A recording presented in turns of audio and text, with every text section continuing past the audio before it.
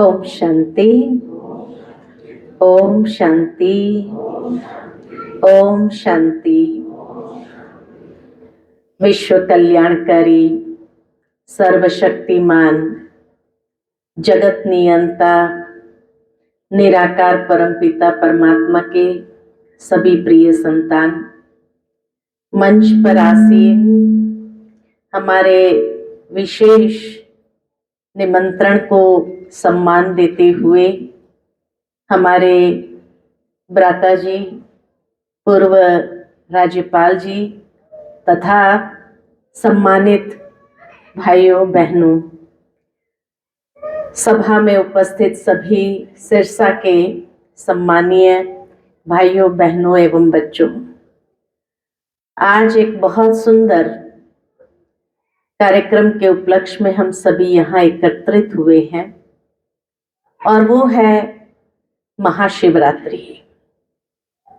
महाशिवरात्रि तो अभी 8 तारीख को मनाई जाएगी, परंतु उस समय हर कोई अपने पूजा पाठ आदि में व्यस्त होंगे, तो इसीलिए आज ही हम विशेष इस कार्यक्रम को एक अलग नजरिए से देखेंगे ताकि पूरा साल हम उसी तरीके से मनाएं। और इसलिए महाशिवरात्रि जब कहते हैं तो ये साल का पहला त्योहार है। वैसे तो मकर संक्रांति, लोहड़ी और बसंत पंचमी आदि हमने मनाए, लेकिन ये ऋतुओं से संबंधित त्योहार है, जहां ऋतु परिवर्तन का संकेत और व्यक्ति के जीवन में उमंग उत्साह की बातें हैं। लेकिन आध्यात्मिक दृष्टिकोण से ये प्रथम त्योहार है। और जब कहते हैं शिव जयंती, तो एक तरफ तो परमात्मा को हम कहते हैं वो निराकार है, अजन्मा है, अकाल मूर्त है, जिसको काल कभी नहीं खा सकता है। तो जो अजन्मा है, अकाल मूर्त है, उसकी जयंती कैसे होगी? तो जयंती कोई मां के गर्भ से जन्म लेने को ही नहीं कहा जाता है, लेकिन श्रीमद् भगवद गीता में जब भगवान ने ये वायदा दिया है कि यदा यदा ही धर्मस्य, जब जब धर्म की अति ग्लानि होगी, मनुष्य का हृदय ग्लानि से भर जाएगा, तब तब मैं संसार में अवतरित होकर के अधर्म का नाश और सत धर्म की पुनः स्थापना करूंगा। तो उस निराकार परमात्मा के वायदे अनुसार इस संसार में आना तो है, क्योंकि धर्म ग्लानि के सारे लक्षण इस वक्त हमें नजर आते हैं। तो भगवान को आना तो है, लेकिन किस रूप में आएगा? क्या श्री कृष्ण के रूप में आएगा?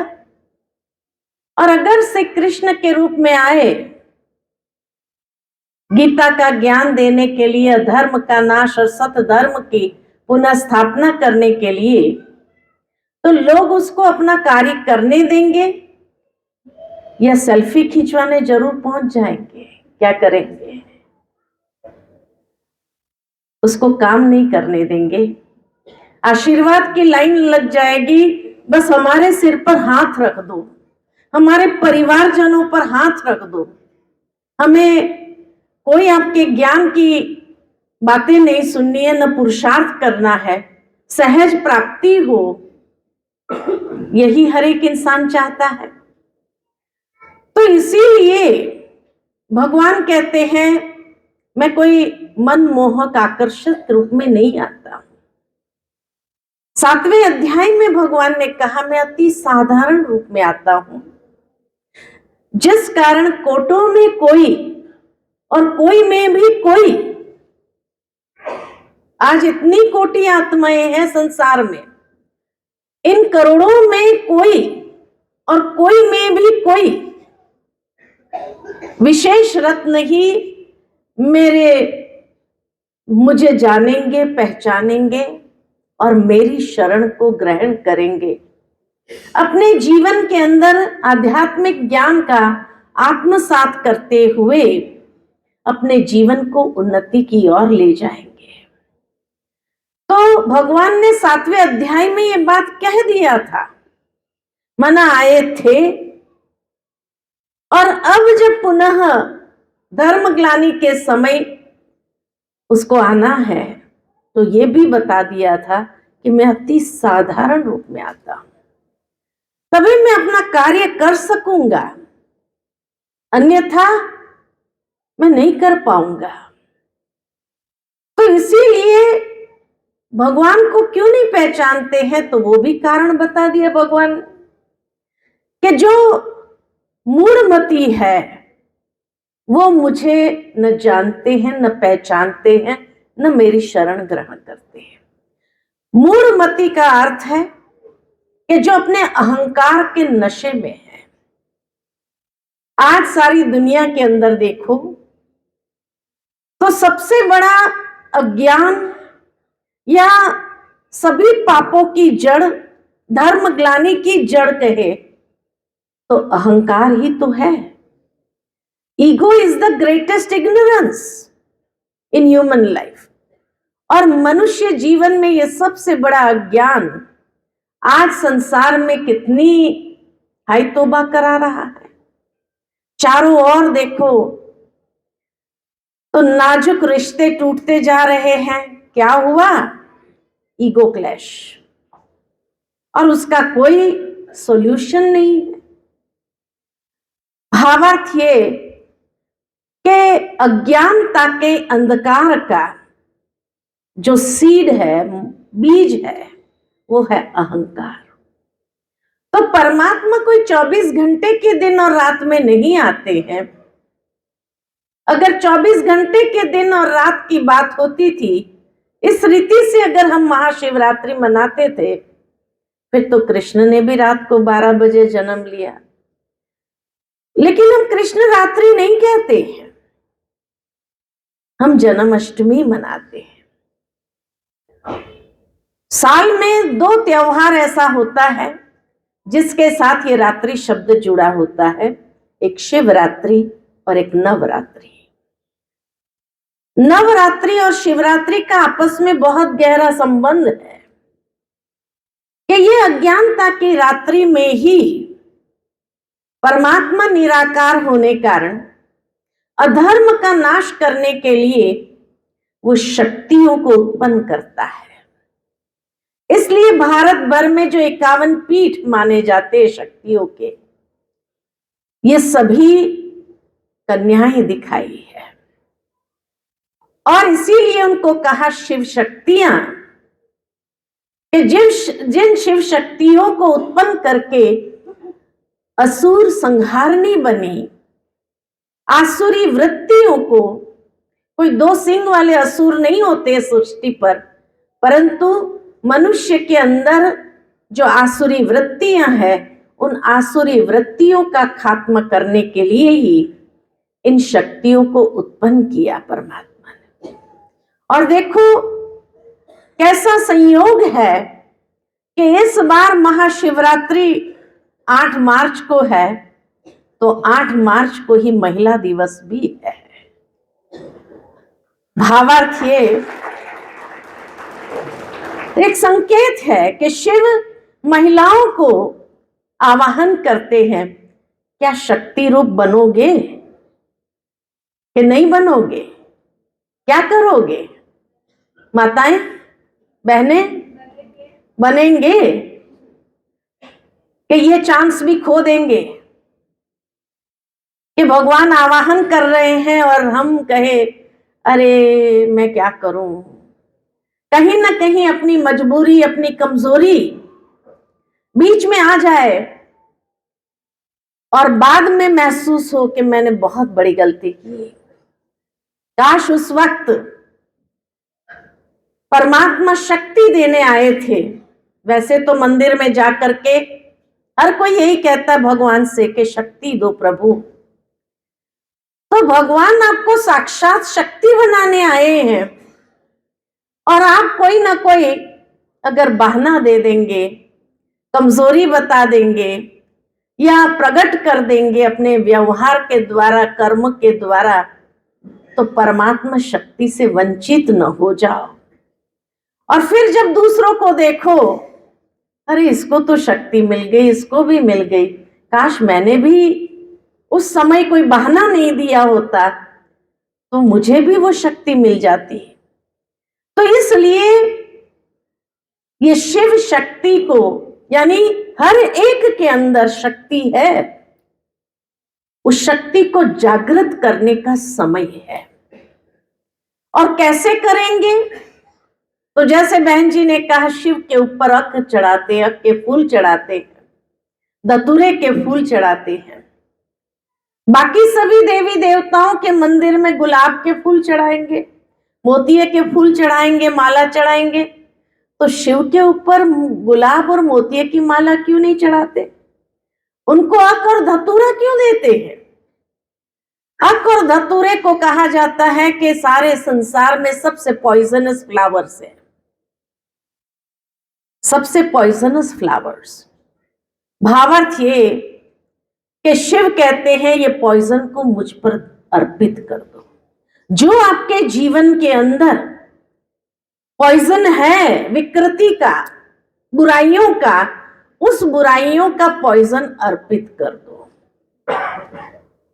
और जब वो जगह रिक्त होगी तो वहां क्या भरेंगे? कुछ तो भरना पड़ेगा, नहीं तो वो पॉइजन वापस आ जाएगा। इसलिए आज का विषय रखा है एक कदम प्रेम और सद्भावना की ओर। फिर अपने कदमों को प्रेम और सद्भावना की ओर बढ़ाकर देखो। वैसे तो आज की दुनिया के अंदर कोई प्रेम से बात करने लगता है ना तो भी टेंशन हो जाता है। सोचते हैं पता नहीं ये इतना प्यार से क्यों बोलने लगा है, जरूर कोई मतलब होगा, जरूर कोई स्वार्थ होगा। इवन घर के अंदर छोटे बच्चे को आप बहुत प्यार दिखाना शुरू करो तो बच्चा भी कहेगा मतलब की बात बताओ, ये प्रेम दिखाने की जरूरत नहीं है। कहेगा या नहीं कहेगा? तो आज लोगों ने प्रेम को भी गलत समझ लिया है। क्यों? क्योंकि वो प्रेम स्वार्थ हो गया। जहां स्वार्थ पूर्ति करनी होती थी या होती है, वहां प्रेम को जाहिर करना शुरू करते, दिखावा करना शुरू करते। तो इसीलिए आज लोगों को टेंशन होता है कि अरे भाई ये इतना प्यार से क्यों बोल रहा है, क्या मतलब होगा इस बार, इसका समझ में नहीं आ रहा है। और जब मतलब जाहिर होता है तो कहते मैं कहता था ना ये प्रेम ऐसे ही नहीं है। तो आज जो कहा गया है कि 2.5 अक्षर प्रेम का पढ़े सो पंडित होए, लेकिन अफसोस आज का मनुष्य ये 2.5 अक्षर प्रेम का नहीं पढ़ पाए, क्योंकि स्वार्थ और लोभ लालच ने, मोह ने इतनी वो जगह भर ली है कि सच्चा प्यार, वो प्रेम कहां चला गया? जो निर्मलता का झरना था वो कहां चला गया? पता ही नहीं चला।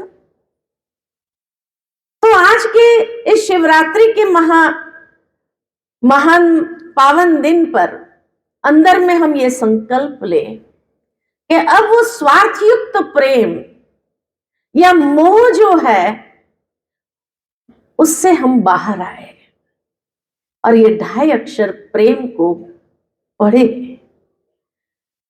प्रेम का मतलब किसी के ऊपर अपना कब्जा करना नहीं। आज मनुष्य का प्रेम मोह में परिवर्तित हो जाता है और मोह जकड़न का अनुभव कराता है। इसलिए कभी कभी बच्चे भी उस जकड़न को जब महसूस करते तो फ्रस्ट्रेट होने लगते हैं, माता पिता को एकदम ठोकर मार देते हैं। क्यों? क्योंकि उस जकड़न से बाहर निकलना चाहते हैं। और माता पिता समझते हैं कि हमारे प्यार को ये बच्चा समझ नहीं पाया, देखो कैसे ठोकर मारता है। लेकिन प्रेम को कभी कोई ठोकर नहीं मार सकता है। ठोकर मारा है तो उस विकृति को, जो प्रेम विकृत हो जाता है तो मोह का रूप ले लेता है। प्रेम में जकड़न नहीं होती है, प्रेम में स्वतंत्रता होती है, जहां हर एक को आगे बढ़ने के लिए उसको आजादी दी जाती है। हाँ, उसको गाइड जरूर करे, उसका मार्ग निर्देशन करे, चाहे दोस्त बन करके। इसलिए कहा जाता है कि 16 साल के बाद माता पिता को भी अपने बच्चे के साथ एक दोस्त बन करके उसको गाइड करेंगे और फिर उसको स्वतंत्र खुली आजादी दो, ताकि वो सही गलत को अच्छी तरह समझ सके। और गाइड करते हुए उसको वो आजादी दो करने की। फिर देखो कैसे वो आपकी बात के ऊपर विश्वास करने लगता है। तो प्रेम स्वतंत्रता देती है, आजादी देती है, मोह जकड़ता है, और उस जकड़न में हर कोई घुट रहा है। इसीलिए आजाद होना चाहते, मुक्त होना चाहते हैं। तभी उस मुक्ति के कारण वो गलत कदम उठा लेते हैं और गलत कदम उठा करके गलत दिशा में आगे बढ़ जाते हैं। फिर बहुत दर्द होता है जब वो गलत दिशा में चला जाता और उसको मोड़ने के प्रयत्न पर भी नहीं मुड़ता है, तो उस समय माँ बाप को बहुत दुख होता है कि कहाँ हमारी परवरिश में कमी रह गई, जो आज बच्चे ने गलत दिशा ले ली। कहीं ना कहीं हम उसको जकड़ना चाहते थे। इसलिए आज से अपने अंदर ये संकल्प ले कि उस विकृति रूपी जहर को हम अर्पित कर दे और उसकी जगह निर्मल प्रेम की गंगा को अपने हृदय में बहाएं, सबके प्रति एक समान हो, और ऐसी निर्मलता वाली वो गंगा हो जो अनेकों को शुद्ध करती जाए।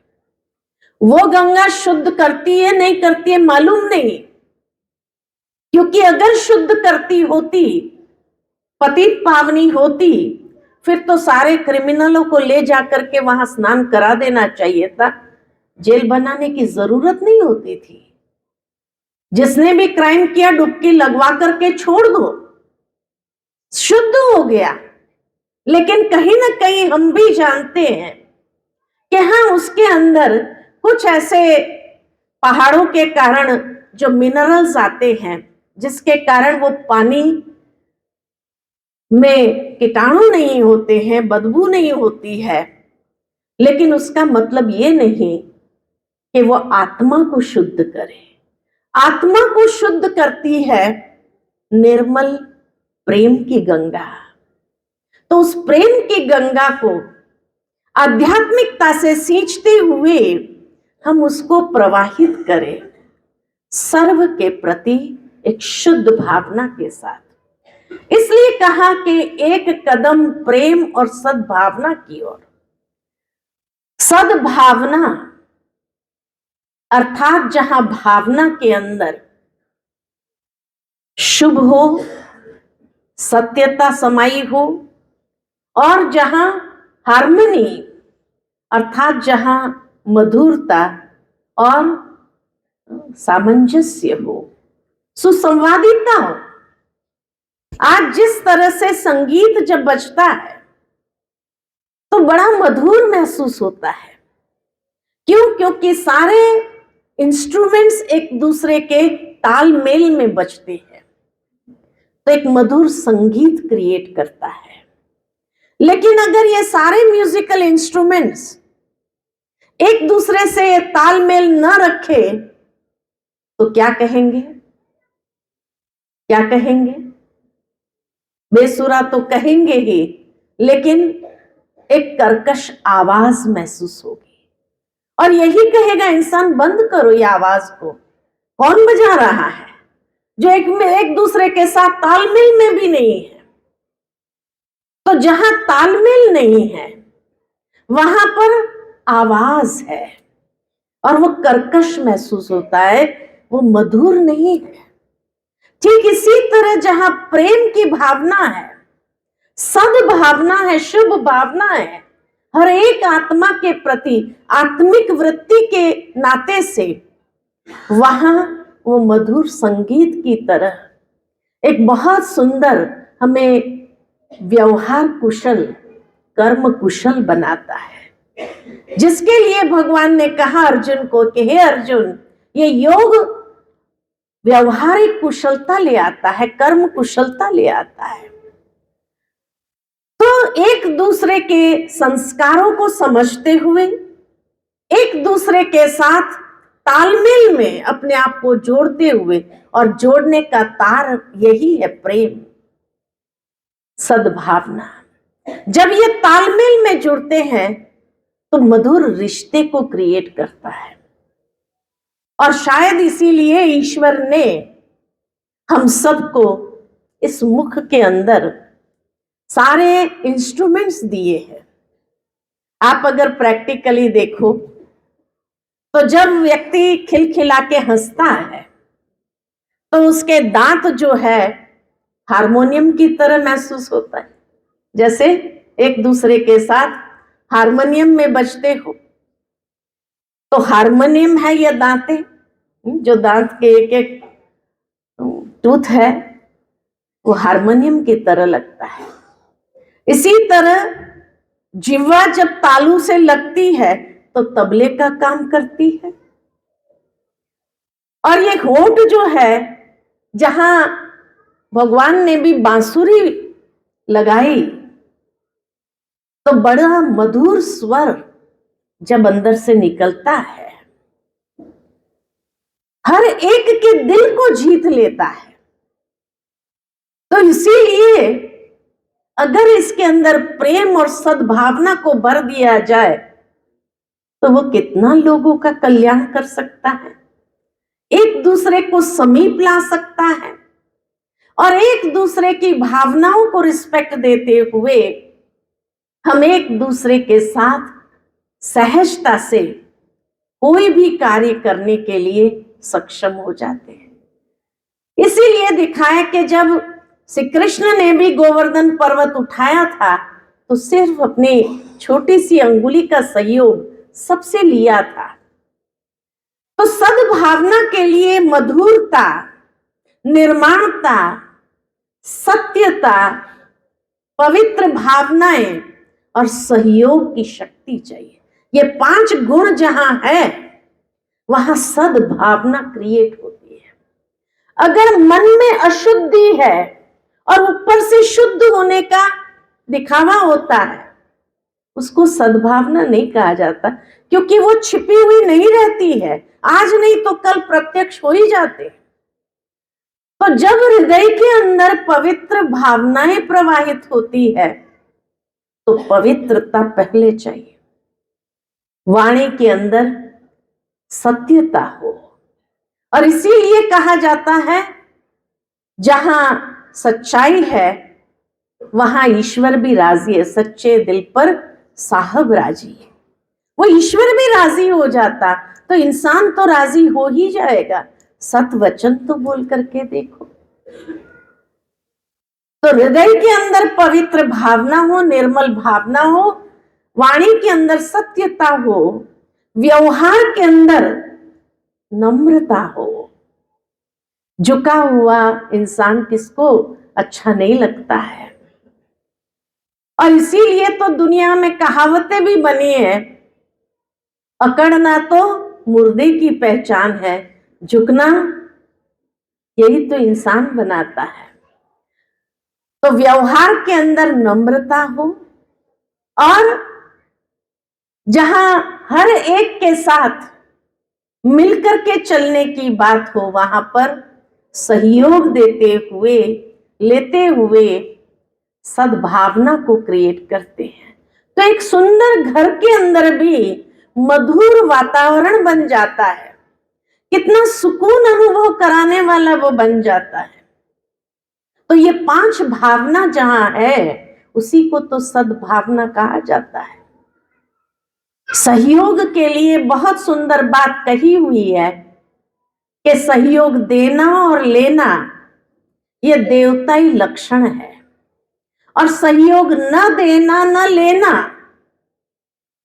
अगर व्यक्ति अपने अहंकार में रहे और मैं किसी के सहयोग की मुझे आवश्यकता नहीं है, तो वह आसुरी लक्षण माना जाता है। जिसके पीछे संसार के अंदर ये कहानी भी बहुत मशहूर है कि एक बार इंद्र राजा ने दावत रखी और उसमें देवताओं और असुरों को दोनों को इनवाइट किया। और जब देवताओं असुरों को दोनों को इनवाइट किया तो असुरों को लगा जरूर इंद्र की कोई चाल होगी हमें नीचे दिखाने की, आज इसकी कोई जाल में फंसेंगे नहीं और हम सबसे पहले भोजन करेंगे, देवताओं के बाद में नहीं करेंगे। इंद्र ने कहा ठीक है। तो पहले उसमें जो है असुरों को बिठाया गया, लेकिन इंद्र राजा ने कहा कि भाई आज कंडीशन ये है कि भोजन करना है लेकिन हाथों को मोड़ना नहीं है, सीधा रख करके ही भोजन करना होगा। असुरों ने कहा देखा ये चाल है ना इसकी, और ये कंडीशन हम लोगों के लिए होगी, देवताओं के लिए नहीं होगी। क्या भाई ऐसी बात नहीं है, दोनों के लिए एक ही कंडीशन होगी। देवताओं के भी हाथ बांध दिए जाएंगे, आपके भी हाथ बांध दिए जाएंगे, सीधा रख करके भोजन करना है। अब एक एक को उछालते रहे, सारे हॉल को गंदा कर दिया, कुछ तो मुख में गया कुछ तो बाहर गिरा, 56 प्रकार का भोग ऐसे ही वेस्ट कर दिया, भरपेट भोजन नहीं कर पाए।